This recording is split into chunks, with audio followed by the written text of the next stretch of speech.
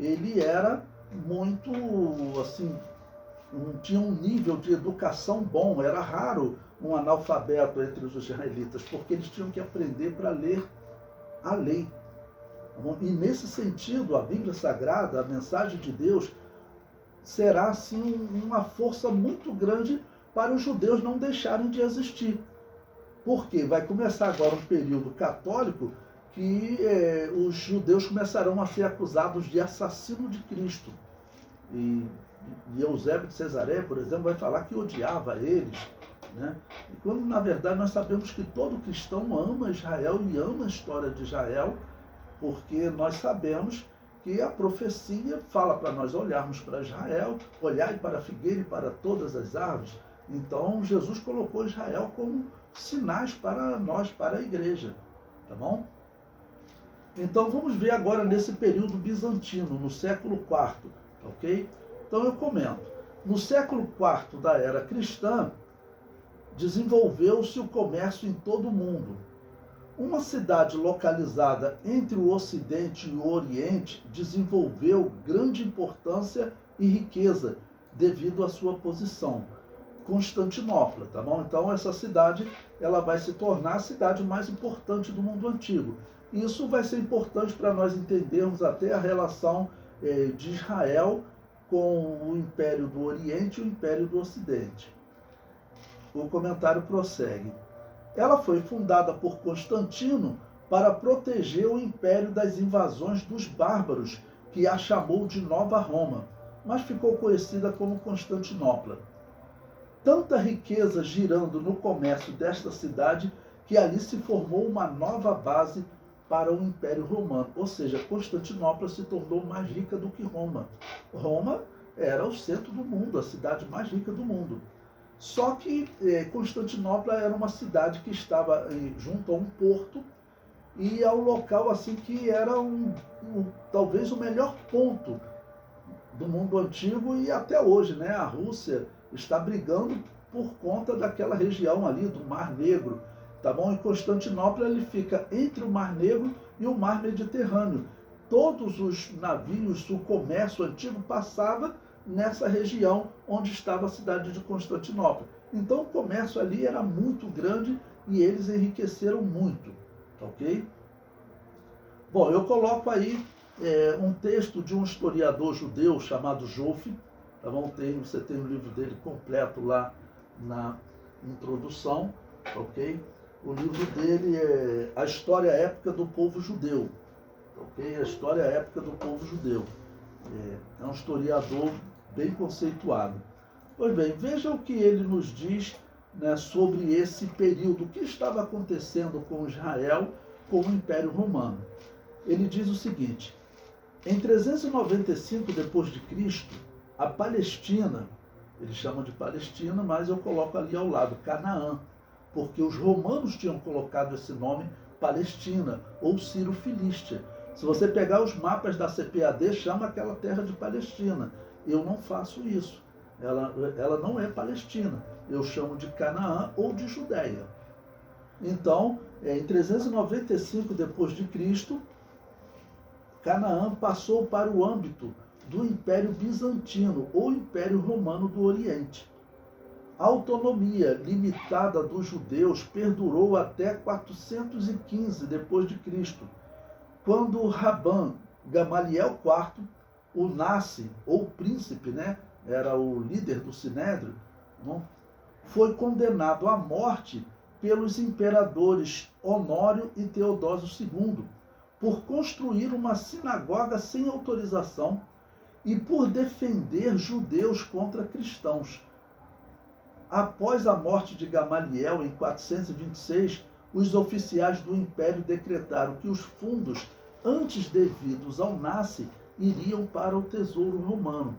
Esse aqui já é o período católico, irmãos.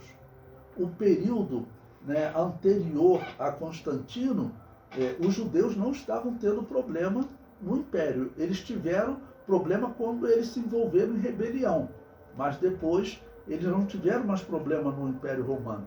Mas quando começa, tá bom, o governo católico, existem diversos discursos, tá bom? Principalmente Eusébio de Cesareia, descrevendo os judeus como assassinos de Cristo. O verdadeiro cristão, ele não faz isso. Nós dizemos o seguinte, olha, os judeus realmente eles erraram e rejeitaram a Jesus, e eles pediram, as autoridades deles pediram a morte de Jesus. Mas os judeus, eles não devem sofrer em nada, tá bom? Pelas mãos dos homens, pelas mãos da igreja, dizer que nós temos que puni-los. Deus que nos livre e guarde de pensar uma coisa dessa. Pelo contrário, nós seguimos a Bíblia que diz: orai pela paz de Jerusalém, orai pela paz de Israel, não? Porque ela é a cidade do grande rei, e nós pregamos que Jesus voltará para reinar nessa cidade. Então, os evangélicos, a teologia evangélica, ela valoriza muito o povo de Israel. E eu aproveito para lembrar que o primeiro-ministro de Israel, quando ele esteve aqui no Brasil, há uns 3 anos atrás, mas ali acho que em 2020, ele fez um comentário que ele disse: os evangélicos são os maiores amigos de Israel. Por quê? Porque os evangélicos pregam que Jesus voltará para reinar sobre Israel, enquanto os católicos e protestantes não. Então, por isso que os evangélicos eles têm uma simpatia especial por Israel. Por exemplo, eu estou acompanhando, estão havendo um monte de protestos lá em Israel porque estão querendo mexer na Suprema Corte. E mexer na Suprema Corte pode significar uma tentativa de mudar uma lei em Israel. E Israel hoje é o único país do mundo, falando do mundo que não seja muçulmano ou comunista, né, que aí eles obrigam o povo a seguir um sistema, mas no nosso sistema democrático, Israel é o único país, tá bom, que ele não se declara como um Estado laico. Não, ele é um Estado teocrático. Então, quando eu vejo tentativas de fazer mudança lá na lei de Israel, no Supremo Tribunal de Israel, eu fico atento, porque isso seria um sinal do anticristo. Então, o verdadeiro cristão, ele ama Israel, né? Pois bem, eu coloquei mais abaixo para vocês um mapa, para vocês poderem entender como estava dividido o Império Romano nesse momento, e para você ver como que Constantinopla vai se desenvolver, e por isso é que nós já tratamos dos judeus agora em relação a esse império. Por quê? Porque ele é que vai dominar Jerusalém, já que Roma vai ser destruída pelos pagãos. Tá ok? Bom, então aí na página 24 do material que eu passei para vocês, vocês têm do lado esquerdo, vocês têm a cidade de Roma, e numa cor assim mais escura, um verde, se tiver colorido, e à direita amarelo, onde tem lá o vermelhinho Constantinopla, e tem o Mar Negro e o Mar Mediterrâneo. E naquela união entre eles ficava a cidade de Constantinopla. E diz a história que ela era tão rica que certa vez ela sofreu um cerco, ela sofreu cerco por mais de 1000 anos e ninguém conseguia, né, atravessar as muralhas de Constantinopla, e certa vez fizeram um cerco, ela simplesmente ofereceu um dinheiro. Quanto vocês querem saquear na cidade? Sei lá, 1000 quilos de prata. Aí eu dou esses 1000 quilos de prata e vocês vão embora, de tão rica que a cidade era. Tá bom? O comentário abaixo diz: os bizantinos, então você já sabe, quando falar bizantinos, está falando dessa igreja católica ortodoxa, que seguia, nesse período, as mesmas doutrinas da igreja católica romana. Tá bom? Elas ainda não eram separadas, elas seguiam o mesmo critério, inclusive nesse caso aqui da perseguição aos judeus. Eles perseguiam os anabatistas e também perseguiam os judeus. Então, os bizantinos dominaram Jerusalém até 614 depois de Cristo, quando Jerusalém caiu sob o domínio persa. Bom, então lembrando aqui, olha, nós estávamos estudando ali de Constantino, são os anos 312, quarto século. Agora, os bizantinos, eles vão perder o domínio dessa cidade em 614. O comentário prossegue: essa queda ocorreu nos dias do imperador bizantino Flávio Heráclio Augustus, que reinou sobre o Império Romano do Oriente entre 610 e 641 depois de Cristo. Esse historiador, Jô, do livro A História e a Época do Povo Judeu, ele descreve esse momento.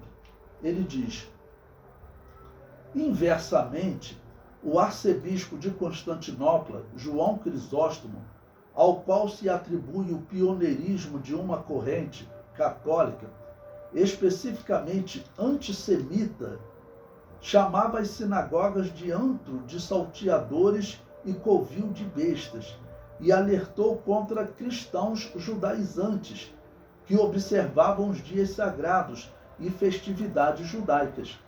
Aparentemente, sua visão rendeu frutos políticos em 418, quando os judeus foram banidos dos cargos públicos romanos. Ou seja, o Império Romano, quando ele se associa à Igreja Católica, organizam a igreja para ele, esses bispos, tá bom? Eles vão iniciar uma perseguição tremenda aos judeus. Então veja, os judeus, eles foram banidos a princípio, perderam cargos, e o que significa eles alertarem pessoas que seguiam os dias sagrados e as festividades judaicas.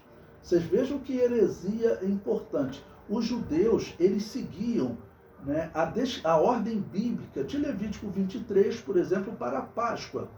A Páscoa, ela tinha que ia acontecer no 14º dia da primeira lua nova do mês de Nissan, do primeiro mês, tá bom? Tinha que acontecer sempre nesse dia. Se ele caísse na segunda, na terça, na quarta, na quinta, não importa. Era a ordem de Deus. O dia não podia mudar. A Igreja Católica, nesse período, ela já tinha mudado isso. Então, a Páscoa, ela tinha que cair sempre no domingo. Se eu vivesse lá nesses dias, por exemplo, como hoje eu faço, eu seguiria o quê? A data bíblica ou a data católica, em que a Páscoa cai sempre no domingo? Eu seguiria a Páscoa bíblica, eu não tenho nem dúvida disso. Mas nesse caso aqui, já está sendo considerado crime. Ou seja, se tinha cristãos, tá bom? Que provavelmente era o que os anabatistas faziam, tá bom? Porque os anabatistas, nós encontramos eles debatendo contra os romanos, contra essa prática de mudar a data. Ela só vai ser aprovada mesmo por Constantino, porque aí ele bate o pé e acabou, na verdade, corrigindo, ele bateu foi na mesa, diz que ele deu um tapa na mesa, para ser mais preciso, tá bom? Então, o que esse historiador judeu está descrevendo é que, surgindo o período católico, e os judeus começam a ter problema. Olha, no ano 418. Aí ele prossegue. De 419 a 422 depois de Cristo, os monges sírios atacaram a Palestina, queimaram sinagogas e destruíram aldeias judaicas. Missionários menos violentos buscaram salvar almas judias por meio da conversão, uma empreitada que obteve sucesso apenas parcial. Os clérigos católicos da Palestina ressentiam-se especialmente da posição do Nassi, o príncipe, né? Eu acabei de dizer que ele vai ser morto pelos católicos, né? O patriarca judaico. Seu status como descendente da casa de Davi minava a imagem de Jesus como herdeiro de Davi por direito. Dá uma pausa aqui para explicar a vocês. Olha só, irmãos, segundo a história, os Nassi, esses príncipes do Sinédrio, eles se identificavam como descendentes de Davi. E os historiadores judeus, eles realmente concordam com isso. Por exemplo, nos dias de Jesus, aquele Gamaliel, que depois defendeu os apóstolos, aquele homem, ele seria também descendente de Davi, porque ele era um Nassi, né? Tá bom? Então, a Igreja Católica ficou com ciúme desse título, porque esses rabinos, essa família de Gamaliel, tá ok? E esse, tanto que eles se matam agora, é o Gamaliel IV, né? Então, essa família descendente de Gamaliel, que era descendente de Hilel, a história judaica diz que eles eram descendentes de Davi. O que a Igreja Católica resolveu fazer? Resolveu matar ele. Né? Claro, os imperadores não decidiam as questões religiosas, eles só executavam. Tá bom? Mas qual foi a teologia? Quem foi que solicitou a morte dos judeus? Foi os clérigos católicos, irmãos. E por inveja por eles se dizerem descendentes de Davi. Ele foi morto. O comentário prossegue. Alguns judeus contestavam com sua própria polêmica, incluindo referências veladas a Jesus na Mishiná como impostor, mágico e inclusive filho ilegítimo de um centurião romano. Ou seja, esse historiador judeu, ele está falando o seguinte, haviam provocações de ambas as partes. Tinham judeus também que provocavam os católicos. Então, por exemplo, a Mishiná, que é uma literatura que está surgindo nessa época entre os judeus, nos anos 400, diz que ela colocava Jesus como impostor, mágico, e até que um filho ilegítimo, porque dizia que Maria teria tido uma relação com um centurião romano e depois inventou aquela história para José, uma coisa horrível, né? E isso acabou gerando ainda mais ira dos católicos, e os católicos perseguiam, né, a todos os judeus. Ou seja, até o historiador judeu, quando eu leio a obra dele completa, ele diz, os erros aconteciam de ambas as partes. O problema, ele diz, é que quem estava no poder que podia matar. E ele diz que eram os cristãos. Eu digo que não, eram os católicos. Tanto que tem cristão também morrendo nessa época. As igrejas anabatistas estão morrendo. Tá bom? O comentário prossegue. Esse foi um período que judeus e cristãos sofreram pela perseguição da Babilônia apocalíptica, que é a Igreja Católica. Um historiador judeu relata os grupos cristãos e a perseguição da Igreja Católica Bizantina. Tá bom? Então, nesse período que nós estamos estudando, próximo do ano 400, a cidade de Jerusalém ela está nas mãos dos católicos bizantinos, que nesse período eram unidos à Igreja Católica Romana.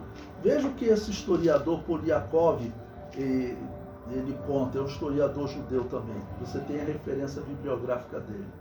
Ele diz, de fermentação religiosa do Oriente Próximo, as seitas cristãs eram inúmeras. Atenção para isso aqui, que ele chama de seitas cristãs. Por quê? Era um nome que a Igreja Católica dava para as igrejas anabatistas, as igrejas que não aceitavam o batismo de recém-nascido. Elas eram chamadas de seitas cristãs. E esse historiador judeu, ele vai dizer que existiam muitas dessas seitas, tá bom? Ele prossegue dizendo, olha, nestorianos, esse eu conheço, sabemos que era anabatista, né? E outros, monofisitas, jacobitas, arianos, docetas, judaizantes de várias obediências e outros cujo nome não foi conservado. Seitas às vezes toleradas por Bizâncio e com maior frequência duramente perseguidas por ela. Cada seita interpretava à sua moda o sóbrio relato dos evangelhos.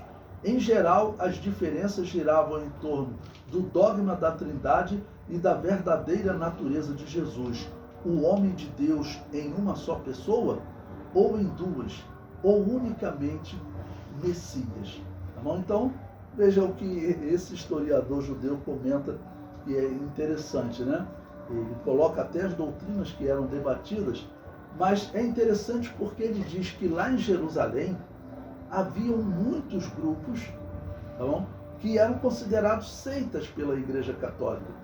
E alguns deles ali que ele cita, né, no caso os nestorianos, é um grupo conhecido, tá bom, de um pastor chamado Nestório. Na verdade era um grupo anabatista, e essas igrejas nós sabemos que elas estavam espalhadas pelo mundo antigo, só que já estava como seita pelos católicos, e os católicos perseguiam e matavam nesse caso. Tá bom?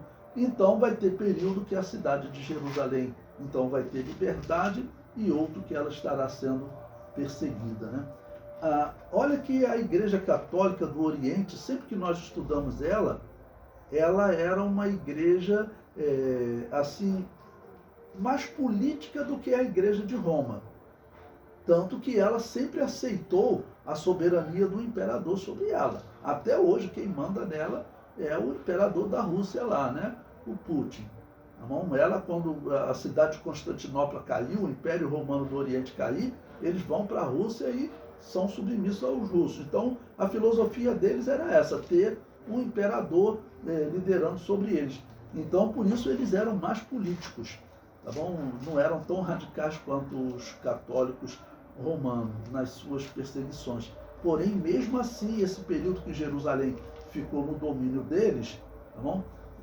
Eles acabaram sofrendo nas mãos dos católicos, tá ok? Pois bem, o comentário prossegue. Nesse período surgiu Maomé, em 571 d.C. a 632. Maomé funda o islamismo. A princípio, o islamismo foi considerado uma seita católica, pois Maomé frequentou a Igreja Católica por um tempo. Veja o que diz o historiador judeu Poliakov. Testemunham-no muitos escritos, tais como o de Aerecibus Liber, de São João Damasceno, no qual a superstição dos ismaelitas é enumerada em meio a 102 diferentes heresias cristãs. E o teólogo especifica que o falso profeta Maomé, depois de embeber-se no Antigo e Novo Testamento e de manter colóquios com um certo monge, criou uma própria seita. Bom, eu coloquei aqui essa parte de Maomé para nós podermos estudar. Por quê? Porque Maomé ele vai acabar criando uma nova religião, só que vai influenciar no judaísmo. Por quê? Porque Maomé ele diz que ele era uma continuação dos profetas de Israel, tá bom? Só que a continuação, né, vinha por Isaac, né? Até Maomé cita, tá bom? Abraão, ele cita Moisés, tá bom? Aí ele cita Jesus, então todos descendentes de Isaac. Só que ele se dizia descendente de Ismael, tá bom? Eles eram os ismaelitas, por isso, tá ok, que o historiador aqui judeu citou a superstição dos ismaelitas. Os povos que habitavam aquela região da Arábia, historicamente eles se consideravam descendentes de Ismael e de Abraão, tá ok? Então Maomé ele tenta convencer os judeus que ele era uma continuação dos profetas do Antigo Testamento. Só que os judeus não aceitam ele, tá bom? E acaba que isso vai influenciar porque ele vai acabar por começar a maltratar os judeus. A princípio ele diz, olha, os judeus, né, e até os cristãos também, ele dizia isso, eles devem ser protegidos porque são povo do livro. Porque ele queria agradar os cristãos, porque ele se dizia um cumprimento da profecia de Jesus. Vocês lembram aquele texto que Jesus Cristo disse que enviaria o Consolador, né, que iria guiar os apóstolos em toda a verdade? Não? Quem seria esse que guiaria? Maomé falou, sou eu. Então, por isso ele se apresentou, ele falava, não, protege os cristãos, porque Jesus profetizou sobre mim e um dia os cristãos vão todos concordar comigo. A princípio foi assim, mas depois, quando nem cristão se tivesse lá na Batista, ou outros católicos que tivesse, ninguém, vamos dizer, concordou com ele, aceitou. Então só aqueles povos mesmo árabes que seguiam uma série de deuses concordaram com ele de a partir de agora seguir um só Deus, que era Alá, tá bom? Então ele vai entrar na história de Israel como importante nesse ponto. E como eu disse, está no período católico, eles estão sofrendo, mas a história do mundo islâmico, que nós vamos estudar a partir de agora, nós veremos que Israel, ele é respeitado entre os árabes. Os árabes tratavam os israelitas como o povo do livro e um povo que deveria ser protegido. Mesmo os descendentes de Maomé, todos eles trataram os israelitas assim. Cobravam um imposto extra, né, por não seguirem a religião deles, que era uma religião teocrática ligada a Alá. Tá bom? Então, eles tinham que pagar um imposto extra. Os cristãos também, que vivessem lá, tinham que pagar também esse imposto. E nós vamos ver nos séculos seguintes, até o período, tá bom, que os muçulmanos vão perder o domínio de parte da Europa, e que os judeus que vivem na Europa passarão para o domínio católico. Essa parte da história judaica é extremamente triste, né? Pois bem,